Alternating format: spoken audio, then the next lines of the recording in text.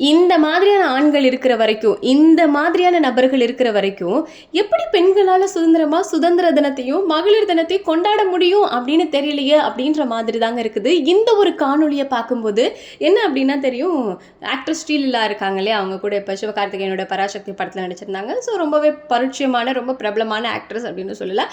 இவங்க வந்து நடந்து போயிட்டு இருக்காங்க. அப்போ ஆப்போசிட்ல வர ஒருத்தர் பார்த்தீங்கன்னா, அந்த ரெட் கலர் மாரி டீ ஷர்ட் போட்டிருக்காரு இல்லையா? அவரு வராரு. அவங்களுக்கு ரொம்ப நல்லா தெரியுது. அவங்க அந்த சைடு வராங்க அப்படின்னு. வேணும்னே அவங்கள அப்படியே இடிச்சுட்டு வராங்கங்க. நல்லா அந்த தோள்பட்டையில அப்படியே இடிச்சுட்டு வராங்க.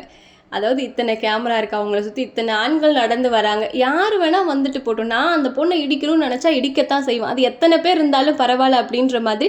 அது தெரியாம இடிச்ச மாரிலாம் சத்தியமா தெரியலங்க. அது நீங்களே பாருங்களேன். அப்படியே வேணும்னே இடிக்கிறாரு. இடிச்சுட்டு ஒரு சாரி கூட கேட்கல. அது அடுத்த பட்சம். இடிச்சுட்டு மறுபடியும் அந்த பெண்ண ஃபாலோ பண்ணி போயிட்டுருக்காரு.